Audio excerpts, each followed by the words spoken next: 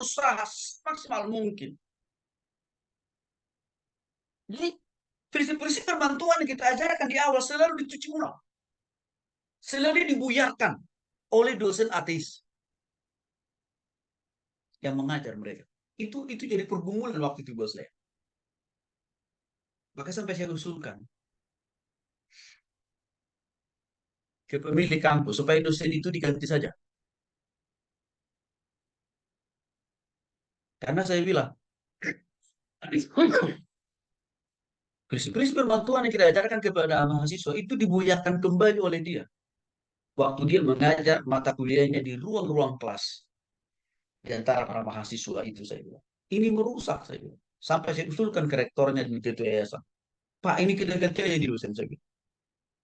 Karena sudah banyak keluhan dari mahasiswa yang kita bimbing waktu itu mengatakan, Pak Tony kan jadi bingung, Pak. Pak Tony kan bilang bahwa percaya kepada Tuhan, sumber dari pengetahuan, sumber kecerdasan. Tapi dosen yang salah bilang, Pak, bahwa sumber pengetahuan itu bukan Tuhan, tapi karena kau belajar sungguh-sungguh.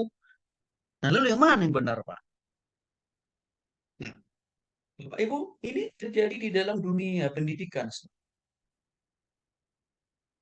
Walaupun kadang-kadang orang tidak menyatakan dia ateis, Bapak Ibu, tapi bisa saja konsep pemikirannya, ajarannya ateis. Karena nggak mungkin di negeri ini orang diterima menjadi ateis. Karena aturan negara kita mengatakan wajib hukumnya semua warga negara Indonesia harus menganut salah satu agama di negeri ini. Nggak boleh ateis. Maka ada banyak orang, agamanya A, B, dan C, tapi sebenarnya konsepnya ateis sebenarnya. Nah, ini agak berbahaya. Nah, memang untuk itu Bapak Ibu dikasih oleh Yesus Kristus perlu kita paham. Adakah ilmu pengetahuan? Itu bagaimana pandangan Alkitab tentang ilmu pengetahuan dan teknologi. Lagi-lagi Bapak Ibu yang dikasih oleh Tuhan Yesus Kristus, iptek atau ilmu pengetahuan teknologi sudah ada sejak manusia diciptakan oleh Tuhan. Termasuk juga cara penggunaannya.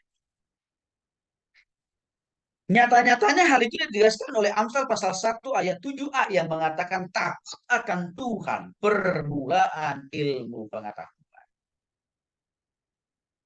Artinya Tuhanlah sumber pengetahuan, Tuhanlah sumber kecerdasan, Tuhanlah sumber kepintaran, Tuhanlah juga yang memberikan hikmat dan kreativitas bagi manusia untuk mempergunakan yang namanya teknologi. Kejadian pasal 1:28 juga menegaskan hal yang sama. Sebagai pondasi lahirnya ilmu pengetahuan dan teknologi. Kita tahu Bapak Ibu, mandat Allah yang pertama diberikan kepada manusia supaya manusia itu beranak cucu dan bertambah banyak.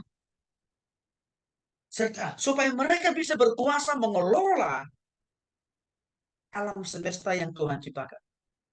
Tanah, laut, udara, okay, binatang, tumbuhan, ikan, burung.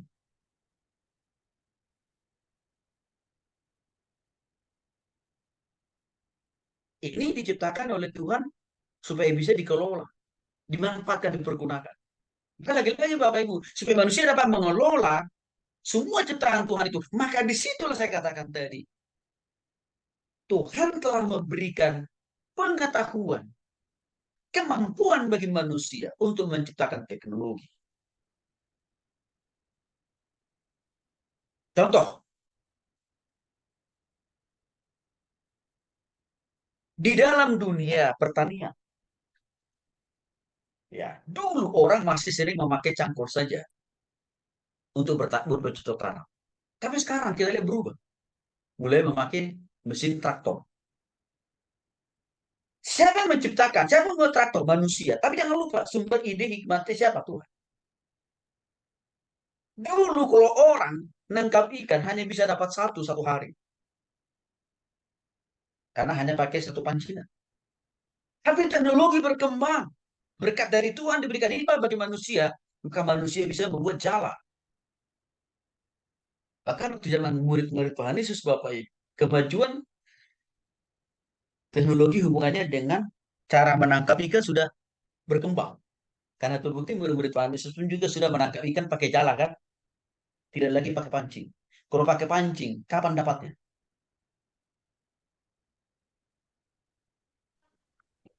Ya, binatang. Dulu binatang itu hanya sebatas menjadi binatang liar yang bebas hidup di hutan. Tapi sekarang berkat kemajuan teknologi, manusia diberikan pengetahuan oleh Tuhan supaya bisa apa? Menjinakkan binatang. Sehingga binatang itu bisa dipakai apa? Bantu untuk alat transportasi seperti kuda. Binatang itu bisa meringankan pekerjaan manusia.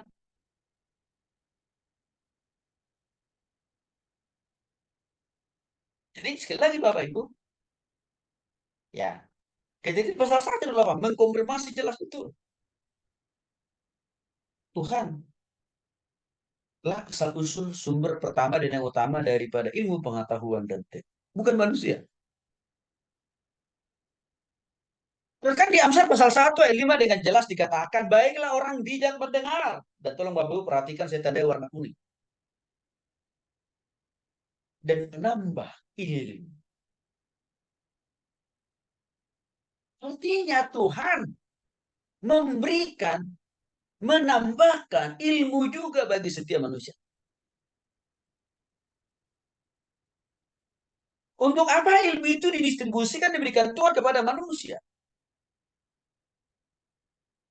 Supaya dia bisa memanfaatkan, mempergunakan ilmu pengetahuan itu, atau teknologi itu, untuk apa? Berpikir dengan bijak, termasuk juga mengambil keputusan dan melakukan pekerjaannya dengan penuh tanggung jawab. Maka Tuhan tidak membenci orang yang senang belajar. Bahkan Tuhan senang sayang. Jadi Bapak Ibu dikasih oleh Tuhan Yesus Kristus, Tuhan mengendaki supaya semua manusia ya mudah melakukan pekerjaan dan tanggung jawabnya. Mudah memenuhi kebutuhan dan keperluan. Cepat menuntaskan, menyelesaikan setiap pekerjaan manusia. Untuk itulah Tuhan memberikan pengetahuan. Untuk itulah Tuhan memberikan tambahan ilmu, skill, atau keahlian kepada manusia.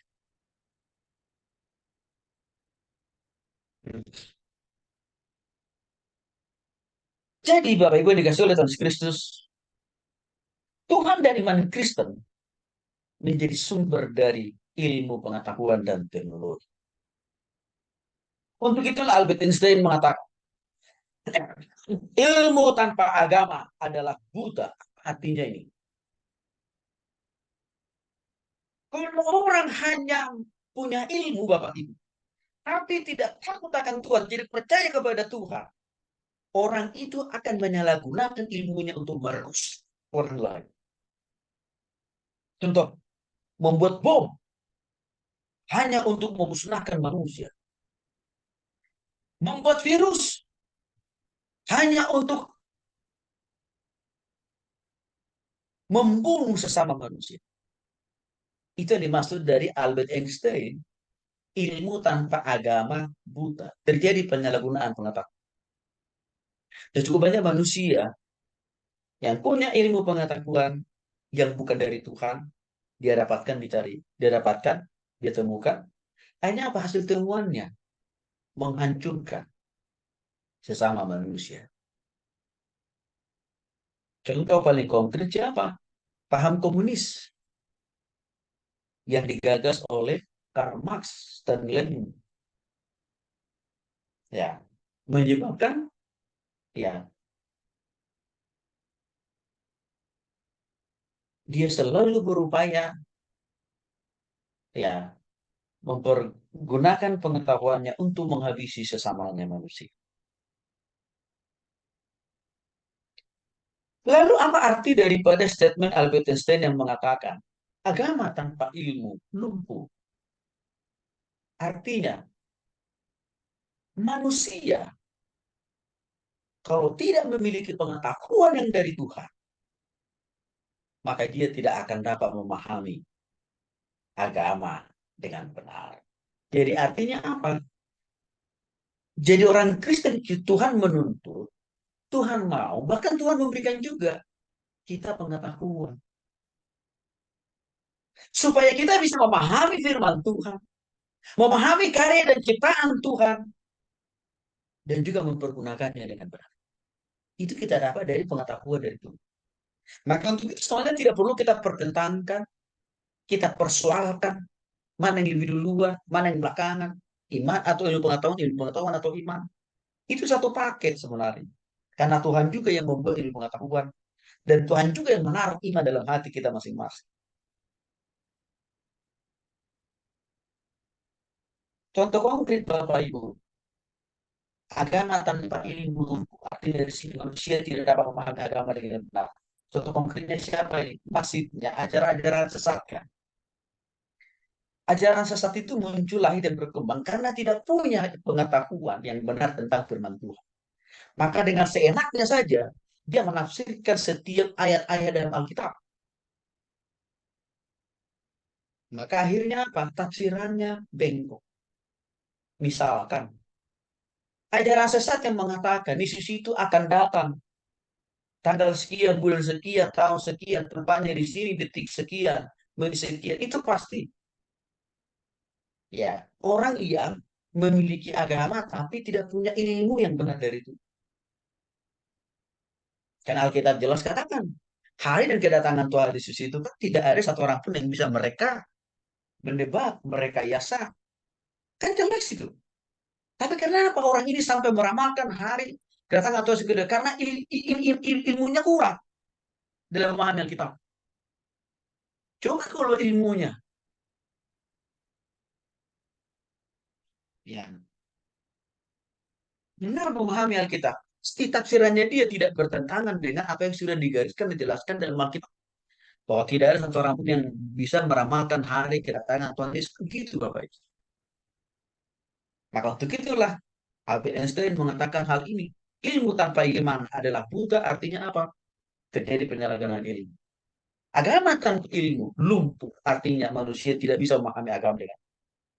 Jadi jangan kita berpikir Bapak Ibu, dalam mengenal Tuhan itu kita tidak butuh pengetahuan salah.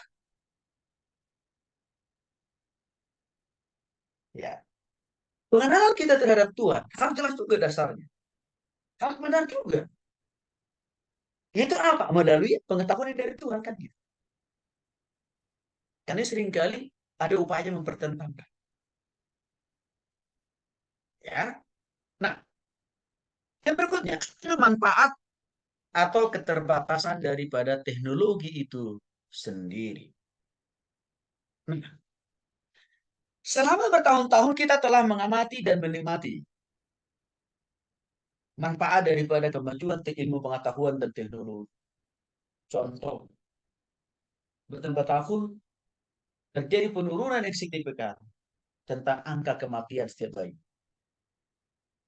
Karena para dokter sudah bisa mencari, menemukan obat atau vitamin bagi ibu-ibu yang mengandung, bahkan bagi bayi yang sudah lahir, untuk langsung diberikan obat, vitamin, atau juga ASI dari orang. Harus kita akui, itu salah satu dampak manfaat daripada pengetahuan. Peningkatan harapan hidup, artinya peningkatan taraf hidup. Melalui pengetahuan dan teknologi kan juga kita dapat hari-hari ini. Ya, contoh Bapak Ibu. Kita yang lulusan sarjana ini pasti lebih bisa mendapatkan gaji yang besar dibanding daripada orang yang tidak sekolah kan. Kenapa kita dibayar oleh perusahaan dengan gaji yang lebih besar dibandingkan mereka yang tidak pernah sekolah?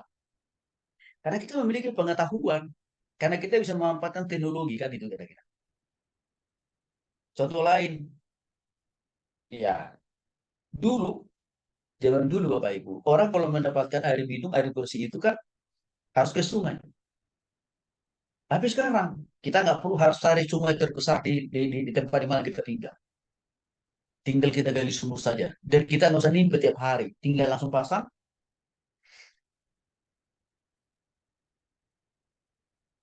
cetak, selesai. Nah, itu contoh. Sama. Dalam mendapatkan kesempatan untuk belajar lebih tinggi. Yang sedang kita alami hari ini. Kalau dulu kita kuliahnya harus tatap muka, langsung. Ya, bayangin Bapak Ibu, kalau dulu kita kuliahnya itu kan, hanya satu mata kuliah kita harus habiskan waktu, tenaga, dan pikiran berapa jam di jalan. Nah, tapi berkat kemajuan teknologi, ya, Bapak Ibu tidak perlu keluar ongkos. Bapak Ibu nggak perlu harus datang ke Bandung, atau saya datang ke tempat Bapak Ibu. Kita hanya dengan jarak jauh saja. Pemahaman pengetahuan kita, pendidikan kita makin bisa ditambah. Transportasi, ya.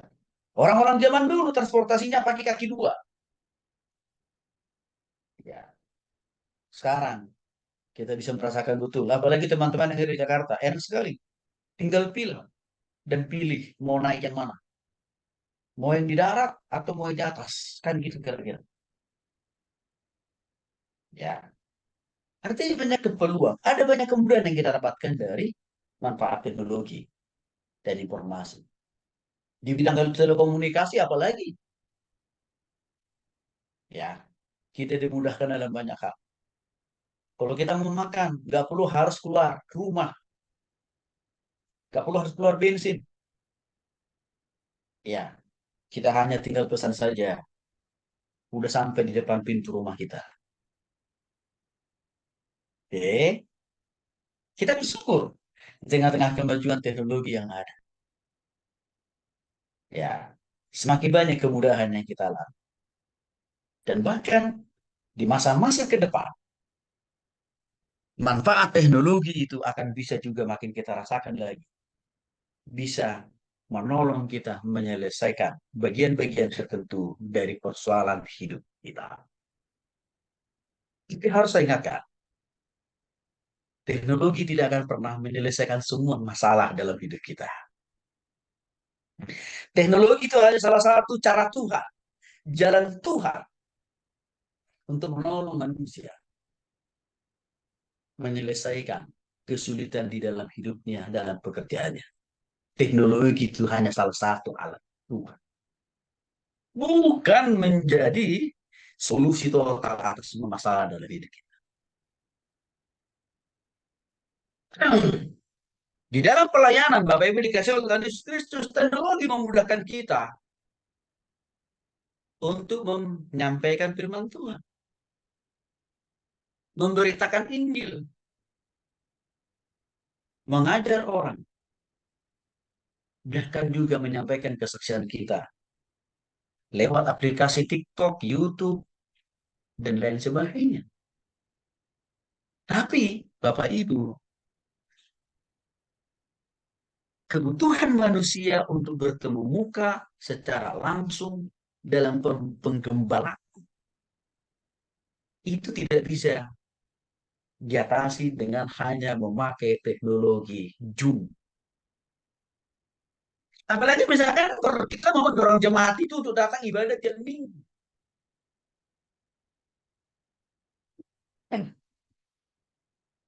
Belum lagi Bapak Ibu sisa-sisa pola ibadah online akibat pandemi COVID sampai hari ini masih terasa. Karena terbukti tidak langsung tentang umat Tuhan, orang Kristen, hari-hari ini datang ke gereja setiap minggu. Bahkan mereka minta kepada sang pendeta, Pak Pendeta, udahlah, ibadahnya kita online aja Pak terus gitu. Karena sudah malas untuk keluar rumah. Nah, ini kan tantangan bagi para hamba-hamba Tuhan. Memang ibadah itu bisa dilakukan juga secara online. Tapi ada nilai lain yang tidak didapat, yaitu sentuhan. Manusia itu kan ada unsur psikologisnya kan Bapak Ibu. Yaitu perasaan. Itu nggak bisa tersentuh hanya dengan ibadah online kan. Sentuhan perasaan itu hanya bisa dirasakan oleh jemaat kalau kita bertemu. Nah ini yang saya katakan tadi tidak bisa didapat dengan hanya mengandalkan teknologi dalam pelayanan. Kalau kita ambil contoh misalkan penyelenggaraan sakramen, baptisan. Ya, kan nggak bisa dilakukan secara online.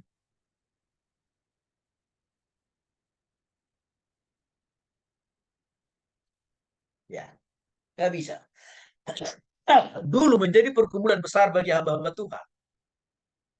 Waktu kita di pandemi di pandemi COVID-19, khususnya dalam penyelenggaraan perjamuan kudus kan. Wah, itu berdebat itu para hamba-hamba Tuhan, boleh atau tidak.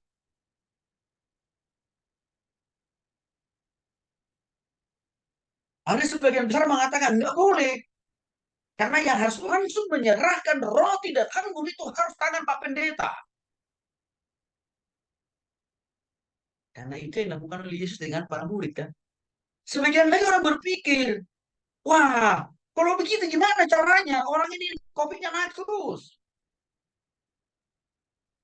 Bahkan juga paham mengatakan, gak apa-apa lah. Yang penting anggurnya, rotinya. Sudah diluarkan dulu oleh Pak Pendeta di gereja. Lalu pada saat penyelenggaraan perjamuan kudus itu boleh orangnya langsung memakan roti dan anggur itu. Pak, ini kan pergumulan ini kencang mesti, Bapak Ibu. Ya untung Tuhan kita itu tidak dibatasi oleh roh waktu dan tempat bekerja. Bapak Ibu bayangin kalau Tuhan kita itu mati gaya, artinya kuasanya dibatasi oleh roh waktu, bekerja, begitu rumitnya. Ini kan dialami saudara kita seberang dalam menjalankan aturan-aturan atau pola-pola ibadah di dalam agama mereka. Kan mereka kebingungan juga kok.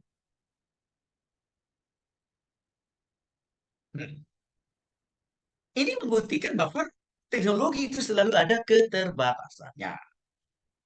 Ada kekurangannya. Maka selalu saya katakan, teknologi tidak akan pernah bisa menjadi juru selamat total.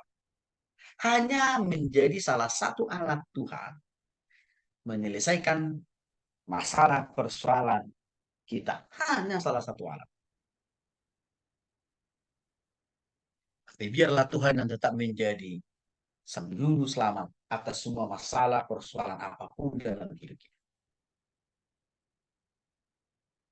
Nah, jadi sekali lagi Bapak Ibu dikasih oleh Tuhan Yesus Kristus, ini perlu kita pahami.